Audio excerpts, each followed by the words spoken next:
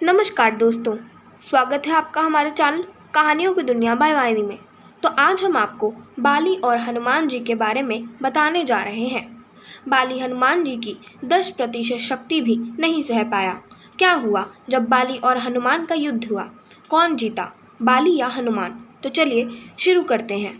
बाली का वर्णन रामायण में आता है।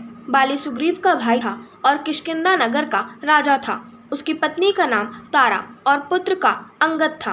बाली को ब्रह्मा जी से एक वरदान प्राप्त था, जिसके अनुसार जब भी कोई युद्ध करने उसके सामने आएगा, शत्रु की आधी शक्ति उसमें आ जाएगी। अपने इस वरदान के कारण वह स्वयं को अजेय समझने लगा था।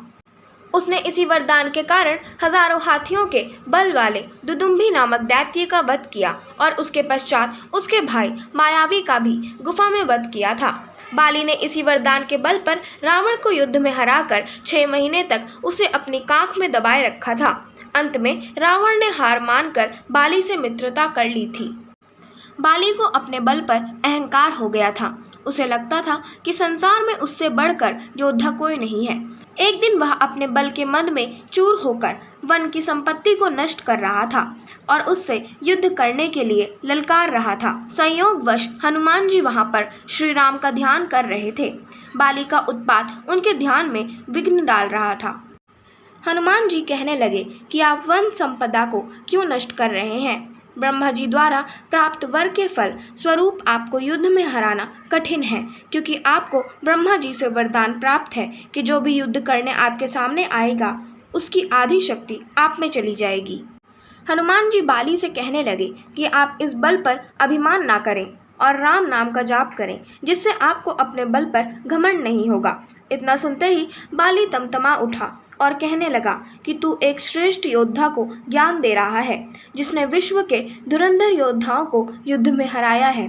मैं युद्ध में तुम्हें तो क्या, तुम्हारे राम को भी हरा सकता हूँ। हनुमान जी बाली द्वारा श्री राम के प्रति कटु वचन सुनकर कहने लगे कि तू क्या युद्ध में श्री राम को हराएगा? उससे पहले तू उनके सेवक से तो युद्ध कर ले। हनुमान जी और बाली में युद्ध के लिए अगले दिन का समय निर्धारित कर दिया गया। अगले दिन प्रातः काल जब हनुमान जी बाली के साथ युद्ध करने के लिए जाने वाले थे, तभी ब्रह्मा जी उनके समक्ष आ गए। हनुमान जी ने उनको प्रणाम कर उनके आने का उद्देश्य पूछा। ब्रह्मा जी कहने लगे कि हनुमान, तुम युद्ध के लिए मत जाओ। हनुमान जी कहने लगे कि प्रभु, अगर बाली केवल मुझे ललकारा होता तो शायद मैं युद्ध में नहीं जाता, लेकिन उसने मेरे आराध्य देव श्री राम के बारे में कटु शब्द कहे हैं, जिसे मैं सहन नहीं कर सकता। ब्रह्मा जी कहने लगे कि हनुमान, अगर तुम युद्ध के लिए जाना चाहते हो तो अपने बल का केवल 10वां भाग ही लेकर जाना, बाकी अपने आराध्य देव श्री राम के चरण में रख देना और युद्ध के पश्चात आकर फिर ग्रहण कर लेना। हनुमान जी ने ब्रह्मा जी के कथन का मान रखते हुए केवल अपने बल का 10वां भाग ही लेकर गए। बाली ने हनुमान जी को देखकर युद्ध के लिए ललकारा। बाली की ललकार सुनकर हनुमान जी ने जैसे ही अखाड़े में अपना पांव रखा, बाली के सामने आते ही हनुमान जी का आधा बल बाली के शरीर में चला गया। हनुमान के शरीर का बल मिलते ही मानो बाली का शरीर फूलने लगा और उसे लगा कि मानो उसका शरीर फट जाएगा। उसी समय ब्रह्मा जी बाली के सामने प्रकट हुए और कहने लगे कि जितना जल्दी हो हनुमान से दूर चले जाओ। ब्रह्मा जी की बात मानकर बाली ने दौड़ना शुरू किया, जिससे उसके शरीर में समाहित हनुमान जी के बल का प्रभाव कम हो गया और बाली थक कर गिर गया। ब्रह्मा जी उसके सामने प्रकट हुए और बाली ने ब्रह्मा जी से पूछा कि मेरा शरीर हनुमान का बल पाते ही फूलने क्यों लगा था और आपने वहां आकर मुझे हनुमान से दूर जाने को क्यों कहा? ब्रह्मा जी ने बाली से पूछा कि हनुमान का बल मिलते ही तुमको क्या आभास हुआ? बाली कहने लगा कि मुझे ऐसा लग रहा था कि मेरे इस बल का सामना कोई नहीं कर सकता और मैं स्वयं हनुमान के बल को सहन नहीं कर पा रहा था। मुझे लगा कि मानो मेरा शरीर इस बल के कारण फट जाएगा। ब्रह्मा जी कहने लगे कि बाली, हनुमान तो अभी मेरे कहने पर अपने बल का केवल 10वां भाग ही युद्ध में अपने साथ लेकर आया था। बाली, तुमको तो उसके बल के 10वें भाग के आधे बल में भी लगा कि तुम्हारा शरीर फट जाएगा। ब्रह्मा जी कहने लगे कि मैंने इसीलिए हनुमान को अपने बल का केवल 10वां हिस्सा ही युद्ध में लाने को कहा था।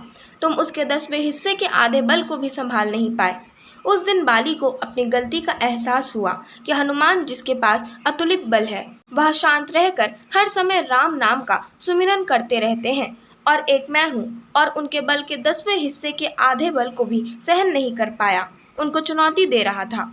बाली ने हनुमान जी से क्षमा मांगी। इस तरह हम हनुमान जी के जीवन से शिक्षा ले सकते हैं कि हनुमान जी के पास अतुलित बल था, लेकिन उनमें घमंड का लेश मात्र भी नहीं था। जबकि हम लोग जीवन में कोई छोटी सी भी उपलब्धि प्राप्त कर लें तो हमें इस चीज़ का बहुत अभिमान हो जाता है। हम हनुमान जी से निअहंकारी रहना सीख सकते हैं। आशा करती हूँ आपको हमारी आज की जानकारी हनुमान जी और बाली के बारे में पसंद आई होगी। अगर आपको हमारी आज की जानकारी पसंद आई हो तो हमारे चैनल को सब्सक्राइब करें, वीडियो को लाइक करें और बेल आइकन दबाना ना भूलें और हमें कमेंट कर ज़रूर बताएं कि आपको कैसी कहानियाँ पसंद हैं। हम वैसी ही कहानियाँ आपके लिए लाते रहेंगे। धन्यवाद।